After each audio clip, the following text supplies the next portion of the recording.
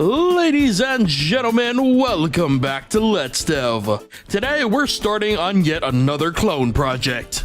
And we're cloning another Vlambeer game, but this time we're taking our cloning to a whole new level. That's right, we're cloning a Vlambeer game that hasn't even been released yet.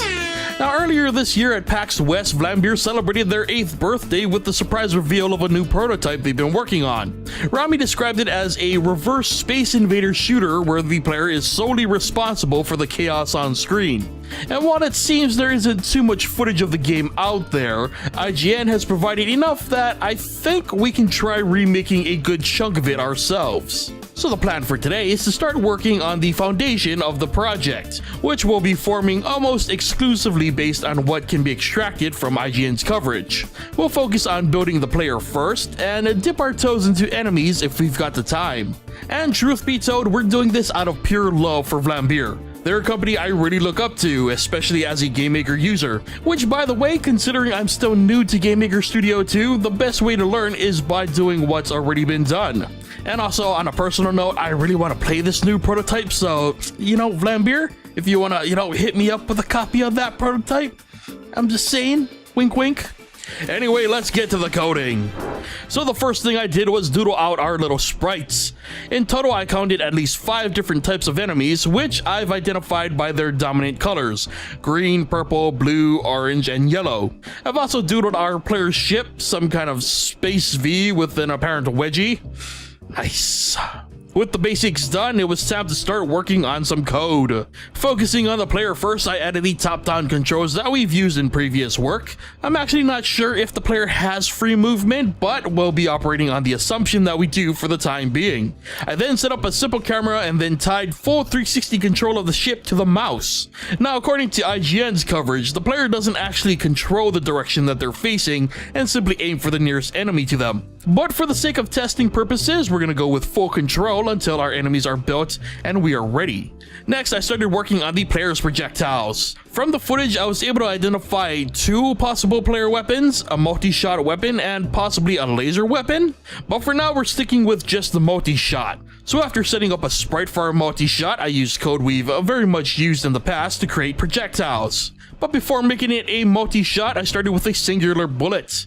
Because again, GameMaker Studio 2, still learning. Thankfully, things still work the same, so I replaced that singular code with a small loop that created a multi-shot similar to the one in IGN's video. After confirming that the multi-shot worked, it was time to focus on enemies. So I doodled some guts. Some lovely green chunky gooey guts. Next, I started working on the parent object for our enemy, which is going to house the overall general behavior of the enemies. Typical setup here, like I've done in the past: damage check, if they're out of HP, destroy them, if not, do damage, flash, and reset. With our base done, we could now at least get a taste of the enemies to come, and so I started with the green enemy. So as far as I could tell, the green enemy periodically creates a long red projectile that spawns, waits, and then slowly fires in the direction that it's facing, like some kind of space spear or javelin. So that's what I recreated, starting with a sprite that looks less like a dangerous projectile and more like an uncooked hot dog.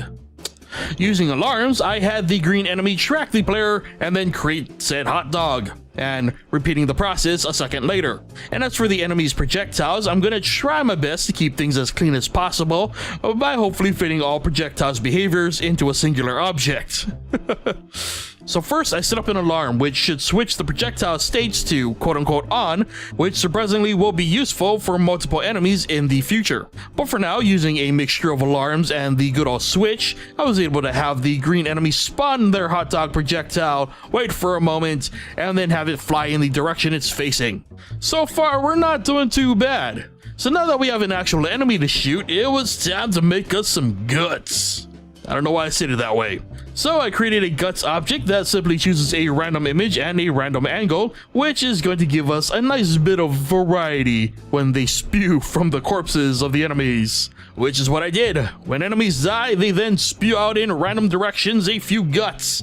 And don't worry, I know that the guts do a whole lot more than just spew, but for now that's all we needed them to do. because with that, we now had the basics for our Vlambeer clone done. We've got a mobile spaceship with a wedgie, a green blob that fires hot dogs, which also spews green guts when they die, and if that's not beauty, I don't know what is. And we're not even done yet, we've still got some ways to go. But this is definitely a promising start, which sadly brings us to the end of today's episode of Let's Delve.